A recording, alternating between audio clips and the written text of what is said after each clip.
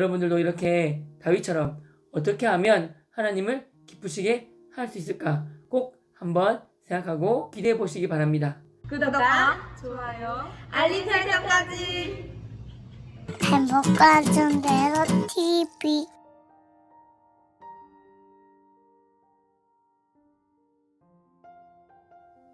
행복한 전도의 삶 TV 열려천 전도왕 최병호입니다. 반갑습니다.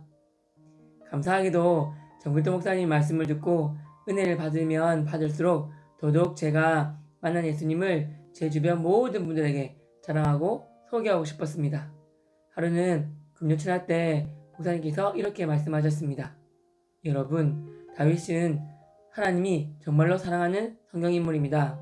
다윗을 얼마나 사랑하셨는지 내 마음에 합한 자 다윗이라고 말씀하실 정도로 밧세바 사건을 제외하고는 정말 하나님께 기쁨이요 자랑이었습니다. 너희가 다윗처럼 하면 복을 내리고 다윗과 같지 아니하면 벌을 내리시겠다고 하나님이 다윗을 기준으로 말씀하실 정도로 사랑하셨습니다. 이렇게 다윗이 하나님 앞에서 사랑받고 존귀 여김을 받은 데는 여러 가지 이유가 있겠지만 그 중 하나가 어떻게 하면 하나님을 기쁘시게 할 수 있을까 하고 생각하고 기도하며 실천한 것입니다. 다윗이 사는 궁궐은 금과 은과 귀한 것들로 만들어졌는데 하나님 여호와가 계신 곳은 천막이었습니다. 그래서 다윗은 여호와를 위해 성전을 지어드리기를 원했습니다. 비록 다윗이 손에 피를 많이 묻혔기 때문에 성전을 지을 수 없다고 말씀하셨지만 아들 솔로몬이 성전을 지을 수 있도록 건축을 위한 모든 재료를 다 준비한 인물이 다윗입니다. 여러분들도 이렇게 다윗처럼 어떻게 하면 하나님을 기쁘시게 할 수 있을까 꼭 한번 생각하고 기대해 보시기 바랍니다. 이렇게 말씀하셨습니다. 그 순간 성령님의 임재와 은혜가 제게 임하고 마음에 감동이 밀려오기 시작했습니다. 그래, 목사님께서 말씀하신 대로 나도 다윗처럼 하나님을 기쁘시게 할 수 있는 일이 뭐가 있을지 생각해보고 기대해보자. 맞아, 내가 고등학교 1학년 때 복음 전하는 삶을 살겠다고 하나님 앞에서 결정했었지. 그러니까 나는 대학생이 된 이제부터 죽을 때까지 적어도 내 수입의 10분의 1만큼은 복음 전하는 데 써야겠다. 그럼 하나님이 기뻐하실 거야 하고 하나님 앞에서 결단하게 되었습니다. 그리고 곧바로 봉투를 가지고 와서 겉에 병호 전도를 위한 헌금이라고 적고 제 수입의 10분의 1을 넣었습니다. 아버지가 IMF 때 회사를 나오시게 되어서 대학생 때 제가 학비와 용돈을 벌어야 했습니다. 그래서 과외를 했었는데요. 과외비를 받으면 10분의 1은 11조로, 10분의 1은 감사헌금으로, 10분의 1은 부모님 용돈으로 드렸습니다. 그리고 10분의 1을 전도를 위한 헌금이라고 적힌 봉투에 넣고 그 돈으로 전도하는 데 사용하게 된 것입니다. 그 돈으로 친구들 밥도 사주고 생일도 챙겨주고 나보다 사정이 더 안 좋은 친구 책도 사주며 돕고 전도를 한 것입니다. 중심을 보시는 하나님께서 이런 저의 마음을 이쁘게 보시고 기뻐 받으셔서 이 이후로 전도가 폭발하게 되었습니다. 그 전보다 3배에서 5배 가까이 전도가 되었습니다. 너무나도 감사해서 하나님께 온전히 찬양과 영광을 올려드리게 되었습니다. 이렇게 전도를 하게 되었고 지금은 따로 전도를 위한 헌금을 떼놓지 않아도 수입의 30-40%를 전도와 선교비로 사용하고 있습니다. 제가 전도 폭발하게 된 또 하나의 계기가 되는 것도 목사님의 말씀 때문이었습니다. 우리가 복음을 잘 전하지 못하는 3가지 이유를 목사님께 들으며 그와 반대로 하면 전도 잘하는 삶을 살 수 있다는 깨달음을 얻게 되면서부터입니다. 우리가 복음을 잘 전하지 못하는 이유가 첫 번째는 전도 대상자들을 위해 기도하지 않기 때문이고 두 번째는 복음 전하는데 용기가 없기 때문이고 세 번째는 복음 전하는데 목숨을 걸지 않았기 때문이라고 하셨습니다. 그래서 저는 이 말씀을 거꾸로 하면 되는 것이었습니다. 전도 대상자들을 위해 사랑하는 마음으로 그들을 긍휼히 여겨달라고 그들의 마음을 부드럽게 고쳐달라고 기도하면 되는구나. 이렇게 기도하면서 용기와 담대함과 지혜를 얻고 이것을 가지고 전도하는 것이구나.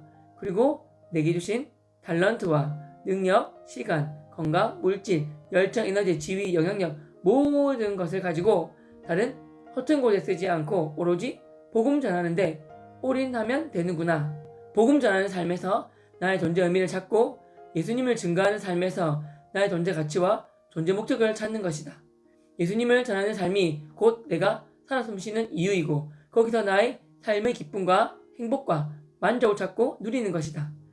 이렇게 사는 삶이 바로 복음 전하는 삶에 목숨을 건다는 의미라는 것을 성령님의 은혜로 깨닫게 된 것입니다. 이 사실을 깨닫고 실천하면서부터 복음 전하는 폭이 훨씬 더 넓어지고 깊어지게 되어 전도 폭발로 이어지게 된 것입니다. 어느 날 정필도 목사님께서 청년 대학생들 중에 목회자와 선교사를 할 사람들을 따로 모아 말씀을 전해주신 적이 있습니다. 얼마나 감사하고 기대가 되는지 광고를 본 순간부터 당일 말씀을 듣는 순간까지 설레이고 행복했습니다. 너무나 귀한 청년들이라고 칭찬으로 시작하신 목사님의 말씀 한마디 한마디가 다 주옥같은 말씀이셔서 빠뜨릴 수 있는 것이 하나도 없었습니다. 조그만 수첩에 우리들을 위해 빽빽하게 적어 놓으신 많은 내용들을 하나씩 말씀하시며 설명해 주시는데 너무나 귀하고 감사한 시간이었습니다. 인자한 아빠 같으신 목사님께서 목회자와 선교사를 준비하는 사랑하는 아들들에게 주시는 자상하고 부드러운 메시지요. 사랑의 멜로디처럼 저희들에게 느껴졌습니다. 수십 년간의 목회와 선교 사역을 하며 쌓으신 노하우들을 방출해서 다 알려주시는데 성령의 불과 은혜가 몰려와서 가슴이 터지는 것 같았습니다. 모든 말씀이 다 목회자와 선교사로서 따르고 지켜야 하는 말씀이라 기억에 남습니다. 그 중에서 특히 제가 정말 간과하고 있었는데 목사님께서 말씀해 주신 부분이 있습니다. 그것은 바로 이것인데요. 여러분, 성공하는 목회와 성공하는 선교사가 되기 위한 가장 중요한 덕목이 무엇이라고 생각하십니까? 목사님의 이 질문에 많은 분들이 기도요, 말씀이요, 성령 충만함이요, 열정이요 등등 다양하게 말하였는데요. 목사님께서 하신 말씀은 바로 건강입니다. 건강하지 못하면 아무리 능력을 많이 받아도 온전하게 하나님 사역을 할 수 없습니다. 정말 큰 능력을 많이 받으신 목회자들과 선교사들을 보았는데 그 중에 건강하지 못하여 사역을 제대로 하지 못하는 분들을 또한 너무도 많이 보았습니다. 그래서 성공하는 목회자와 선교사가 되려면 반드시 건강해야 합니다. 라는 말씀이었습니다.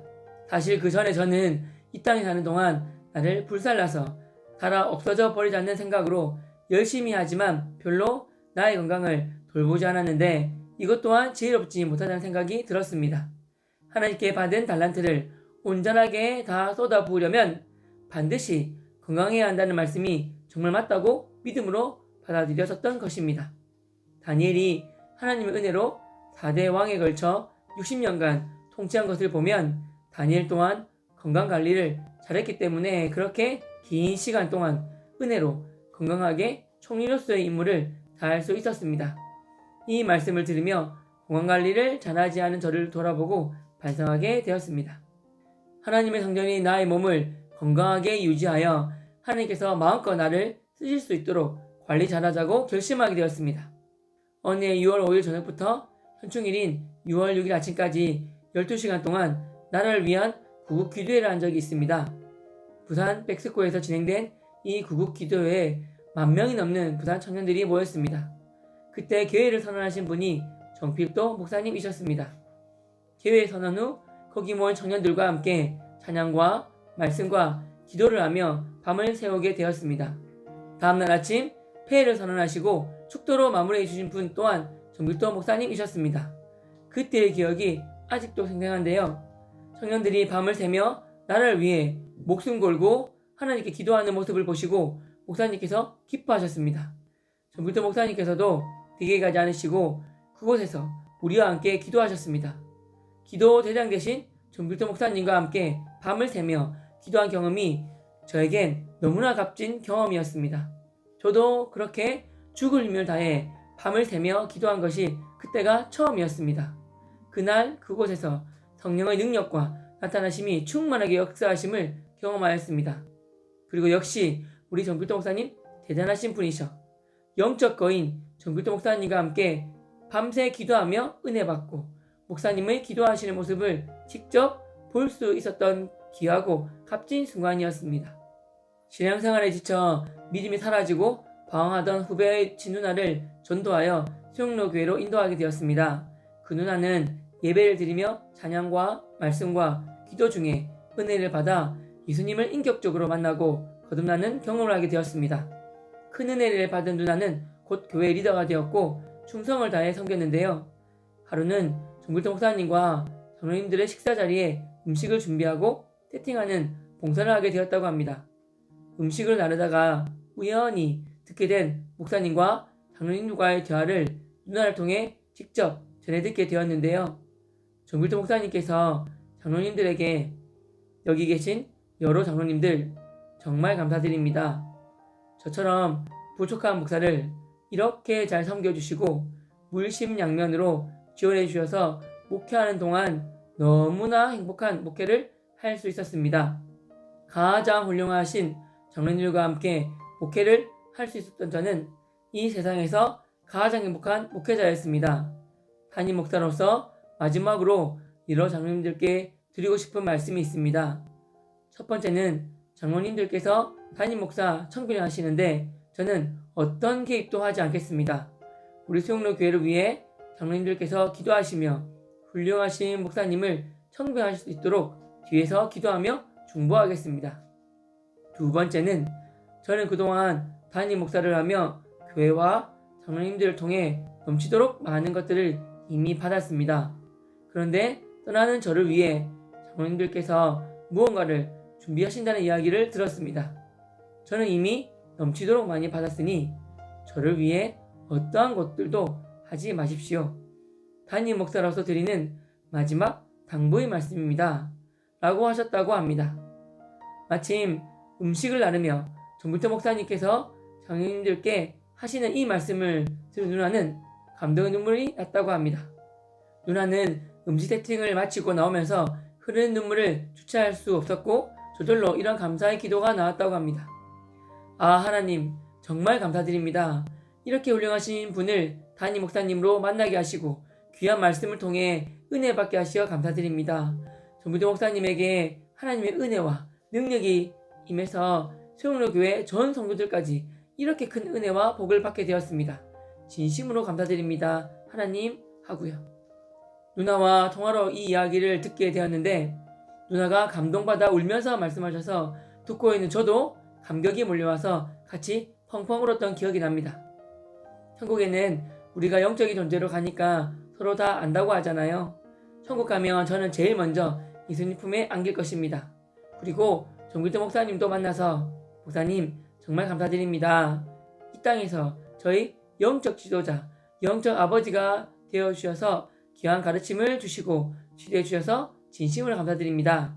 이렇게 말씀드리고 목사님의 품에 다시 한번 더 안기고 싶습니다.